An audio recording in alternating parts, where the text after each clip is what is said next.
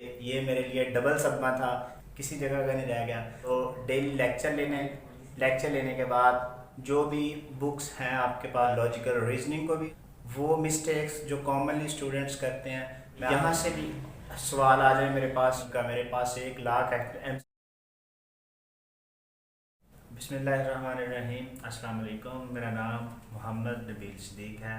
मेरा ताल्लुक़ फैसलाबाद से है और मैंने 2021 के एंट्री टेस्ट में 192 आउट ऑफ 210 मार्क्स हासिल किए। मेरा एग्रीगेट 93.356% और किंग एडवर्ड मेडिकल यूनिवर्सिटी में मेरिट नंबर 125। और अल्हम्दुलिल्लाह मैं किंग एडवर्ड मेडिकल यूनिवर्सिटी में अपनी जो स्टडीज़ हैं उन्हें परसू कर रहा हूँ। First year MBBS। मेरा एडमिशन सेकंड अटैम्प्ट में हुआ। फर्स्ट अटैम्प्ट में मेरे 179 मार्क्स थे और लास्ट टाइम मेरा एग्रीगेट 91.51% था और जो लास्ट टाइम UHS का क्लोजिंग एग्रीगेट था वो 91.53% था, यानी कि 0.02% से लास्ट टाइम मेरा एडमिशन नहीं हुआ। मैं किसी भी मेडिकल कॉलेज में नहीं जा सका। उसके अलावा मैंने आर्मी मेडिकल कॉलेज में भी एज ए मेडिकल कैडेट के तौर पे अप्लाई किया था, तो वहाँ भी यानी कि मेरी ऑलमोस्ट सिलेक्शन फाइनल हो गई थी। जो फाइनल पे लेटर आता है वो लेटर रिसीव अनफॉर्चुनेटली नहीं हो सका, यानी कि ये मेरे लिए डबल सदमा था कि UHS से भी रह गया, AMC से भी रह गया, किसी जगह का नहीं रह गया। फिर मैंने दोबारा तैयारी शुरू कर दी। अल्लाह ताला ने हिम्मत दी और अल्लाह ताला ने दिल में बात डाल दी कि एक दफ़ा फिर ट्राई करना चाहिए। तो मैंने अपनी सिटी से ही एक रिपीटर सेशन ज्वाइन किया, अपनी मेहनत स्टार्ट कर दी, जो अपनी मिस्टेक्स थी उन्हें ओवरकम करना शुरू कर दिया।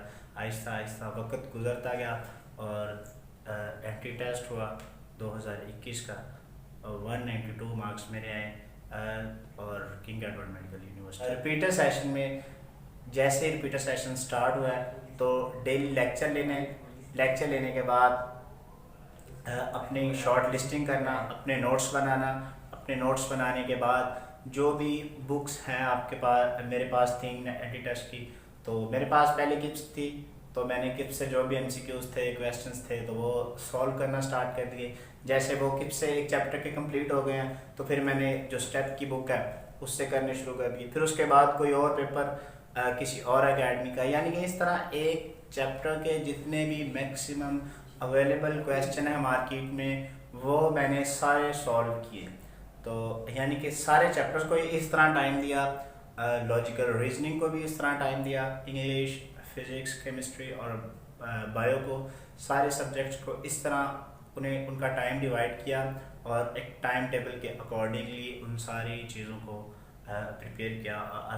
वो मिस्टेक्स जो कॉमनली स्टूडेंट्स करते हैं मैं आपसे पहले वो शेयर करूँगा और उनमें सबसे जो मोस्ट कॉमन मिस्टेक है वो ये है कि स्टूडेंट्स स्टडी मटेरियल इकट्ठा करना शुरू कर देते हैं कि यहाँ से भी सवाल आ जाए मेरे पास, यहाँ से भी आ जाएं, यहाँ से भी आ जाएं, सारा एक मैं ढेर लगा दूँ क्वेश्चंस का। मेरे पास 1 लाख MCQs इकट्ठा हो जाए। MCQs इकट्ठे नहीं करने आपने, क्वेश्चंस इकट्ठे नहीं करने, प्रैक्टिस मैक्सिमम करनी है। जो एक अवेलेबल बुक है आपके पास पहले उससे करें, वो ख़त्म हो गई है दूसरी बुक ले लें उससे करें।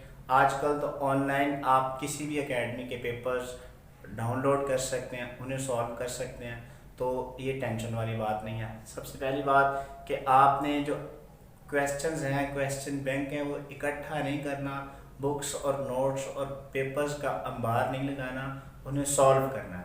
जो दूसरी बात है, अपने टाइम टेबल को मैनेज करना है और अपने टाइम टेबल को अपनी रूटीन के मुताबिक एडजस्ट करना है। किसी को फॉलो करने की ज़रूरत नहीं है। आपने अपनी रूटीन, अपनी लाइफ, अपने मजाज के मुताबिक अपनी रूटीन बनानी है कि मैं इस वक्त सोता हूँ, इस वक्त जागता हूँ, इतना पढ़ता हूँ, ऐसे पढ़ता हूँ, इतना टाइम लगता है मुझे ये काम करने में, दूसरे सब्जेक्ट को करने में ये टाइम लगता है। तो इस तरह आपने अपनी रूटीन को सेट करना है। सिलेबस ओरिएंटेड रहना है, फोकस्ड रहना है। जो आउट ऑफ सिलेबस चीज़ें हैं सबसे पहले वो करने की ज़रूरत नहीं है और जो दूसरी फेडरल और दूसरे बोर्ड्स की बुक हैं पहले उन्हें करने की ज़रूरत नहीं है। पहले जो, अगर आप PTB पंजाब से हैं तो जो पंजाब की बुक है आप पहले वो करें, उसमें कोई भी जो चीज़ें सिलेबस में इंक्लूडेड हैं वो चीज़ें बिल्कुल भी नहीं छोड़नी। अगर आपको वो सारी चीज़ें पता चल गई हैं, उनके कॉन्सेप्ट्स आपने ले लिए हैं और अपनी शॉर्ट लिस्टिंग में उसे ऐड कर लिया है, तो आपने किसी दूसरी बुक को कंसल्ट करना है और कोशिश करनी है कि अपनी ज़ाती शॉर्ट लिस्टिंग की जाए। मैक्सिमम अपनी ज़ाती शॉर्ट लिस्टिंग के लिए आपने जहाँ भी शॉर्ट लिस्टिंग कर रहे हैं वहाँ पे पोर्शन बनाना है, जहाँ पे जो बुक्स यानी कि बायो है, बायो में फर्स्ट और सेकंड ईयर में जितनी भी न्यूमेरिकल वैल्यूज़ हैं आपने उन न्यूमेरिकल वैल्यूज़ को एक साइड पे लिख लेना है। उसके बाद जो हमारे पास सीक्वेंसेस आते हैं कुछ रिएक्शंस के, यानी कि ये सीक्वेंस वाइज चीज़ें चलती हैं हायरार्किकल, तो उन चीज़ों को इस हिसाब से नोट अलहदा कर लेना है। और जितने भी हमारे पास कंपाउंड्स या कुछ चीज़ें हैं उनकी कंपोजिशन दी गई है तो उन कंपोजिशन को अलहदा लिख लेना है। यानी कि बुक में ग्लाइकोप्रोटीन्स जहाँ जहाँ भी हैं आपने वो ग्लाइकोप्रोटीन लिख के उसके आगे लिख देना है कि ये चीज़ भी ग्लाइकोप्रोटीन है, ये भी म्यूकस भी ग्लाइकोप्रोटीन है, एंटीजन भी ग्लाइकोप्रोटीन है, और जितनी चीज़ें हैं उन सारी चीज़ों को ग्लाइकोप्रोटीन की हेडिंग में लिख देना है। इस तरह चीज़ों को आपने स्मार्टली अरेंज करना है ताकि आप मैक्सिमम रिवीजन कर सकें और जो आखिरी डेज होंगे आप उनमें वो रजिस्टर वो अपने नोट्स देखें। अगर आप फ्रेशर्स हैं, आपका पहले साल एडमिशन नहीं होता तो बिल्कुल भी दिल नहीं हारना, एक अटेम्प्ट और करनी है। अगर 1 साल या 2 साल के वक्फे से आप अपने ड्रीम्स तक पहुंच जाते हैं, आप अपने ख्वाबों को हासिल कर लेते हैं, तो 1-2 साल का अरसा कोई लॉस नहीं।